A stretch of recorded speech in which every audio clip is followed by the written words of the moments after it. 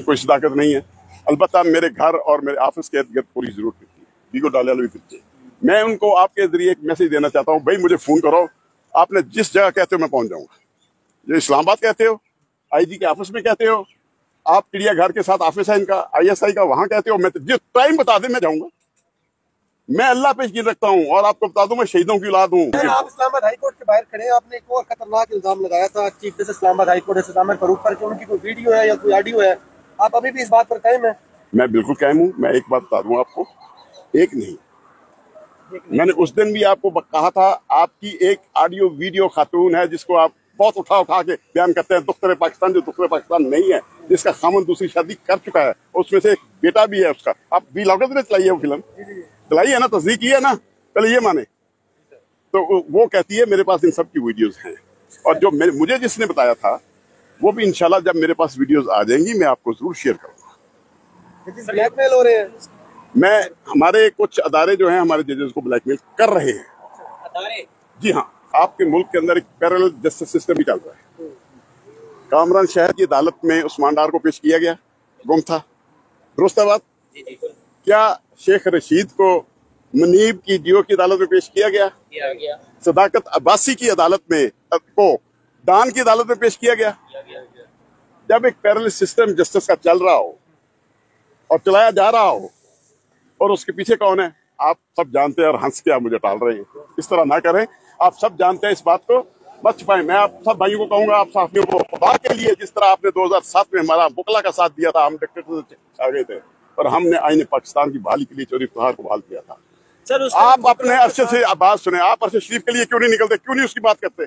इमरान रियाज गायब रहा, उसकी बात क्यों नहीं करते? और भी साफी कुछ गायब है, और ये मकबूल जान को उठा के बूढ़े आदमी को 80 साल को ले गए, आप क्यों नहीं बात करते? आप क्यों नहीं साफी सको निकलते? मुझे इस बात का जवाब दें, मैं आपका वकील बनता हूँ, आप पिटिशन करें इनके खिलाफ, आए निकले आप। वीलॉगर्स यहाँ पे अगर तैयार हैं, आए, मैं पूरे इस्लामाबाद के वकीलों का मैं वकील बनूंगा। जिसको पार्टी बनाना है आप आए, मैं बनाऊंगा। आप कहते हैं अदारों को बनाना है, मैं अदारों को पार्टी बनाऊंगा, मैं करूंगा आपका केस। और इंशाल्लाह जुर्रत के साथ, मैं PDM सपोर्टर नहीं हूँ, ना ही मेरी सियासी जमात में। आपको एक और बात बता दूं, पाकिस्तान की सुप्रीम कोर्ट में मैं वाहिद कैंडिडेट हूँ सेक्रेटरी का जो जीता हूँ, बगैर किसी ग्रुप की सपोर्ट की, बगैर किसी सियासी पार्टी की सपोर्ट की। अल्लाह ने मुझे इज्जत दी थी बीइंग एज अ प्रोफेशनल वकील होने के नाते। खान साहब ने वाज़ेह अल्फाज में हमें ये बात कही कि मुझ पर 2 दफा हमला हुआ है। एक दफा मुझे गोलियां मारी गई, दूसरी दफा जुडिशियल कम्प्लेक्स के ऊपर भी मुझे कत्ल किया जाना था।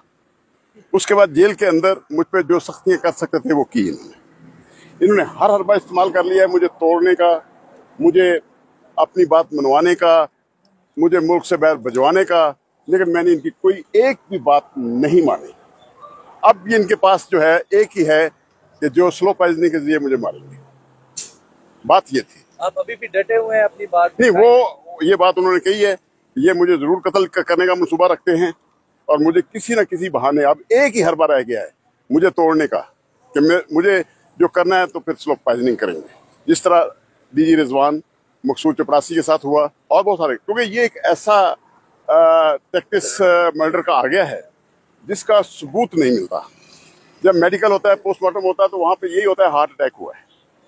हामिद मीर इस पे प्रोग्राम कर चुके हैं कि जूते के अंदर रख दो तो तब भी बंदे को हार्ट अटैक हो जाता है।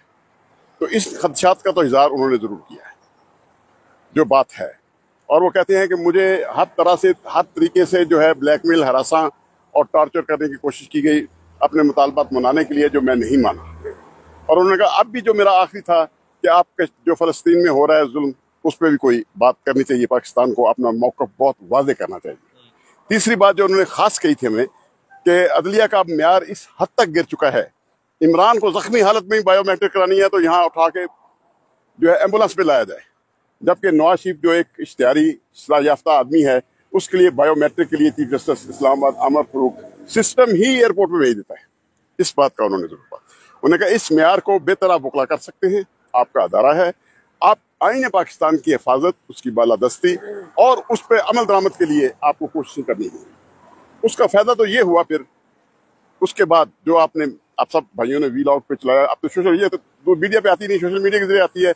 उससे काजी फैज ईसा साहब ने जो फैसला दिया है इलेक्शन करवाने का, ये बहुत खुशहाल बात है। काजी फैज ईसा आईने पाकिस्तान के मुहाफिज हैं, वो हमारे चीफ हैं, वो हमारे 100 खिलाफ है उनसे, लेकिन हम उनकी फोर्स हैं। हम काला कोट जो है हम अपने आईने पाकिस्तान की फौज हैं, जिसके चीफ हमारे काजी फैज़ हैं।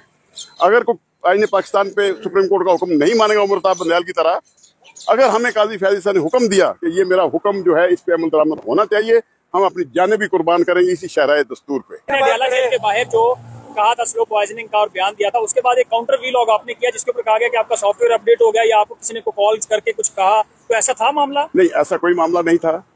मुझे ये बताया गया कि जी आपने ये एक स्टेटमेंट दिया, हम 5 वकला थे। मैंने उन वकला से भी कंफर्म किया, उन्होंने खान साहब ने ये कहा कि इनके पास अब 1 ही अरबा रह गया है मुझे खत्म करने का। मुझे ना तो ये दबा सके हैं, ना मुझे ये ब्लैकमेल कर सके हैं, ना हरासा कर सके हैं। मैं मुल्क के मैं पाकिस्तानी हूँ, पाकिस्तान में रहूंगा, पाकिस्तान के लिए ही जीऊंगा।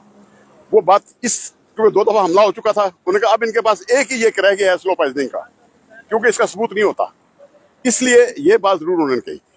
हम ये खदशे का इज़हार किया उन्होंने, बाकी जो देना नहीं देना वो उनकी डॉक्टरों की टीम आई हुई है, वो चेक कर दी है। अब उनकी अच्छा बाजवा साहब, 2007 में अवाम ने साथ दिया वकला का अदलिया की बहाली के लिए, आइन की बहाली के लिए, और फिर वही अदलिया जो है वो सिविल बालादस्ती के खिलाफ इस्तेमाल हुई एस्टेब्लिशमेंट के कहने पर, और जो है वो सीनियर जो वज़ीर आज़म थे उनके खिलाफ फैसले दिए। अब आप एक बार फिर खड़ा होने का कह रहे हैं, तो दोबारा फिर ऐसा ही होगा? मेरे भाई मेरी बात सुनो, आप अपना दायरा संभालो। आपका अरशद शरीफ कत्ल हुआ है, इमरान रियाज अगवा हुआ है, आप उनकी बात सुनो, उनकी बात का बात सुनो।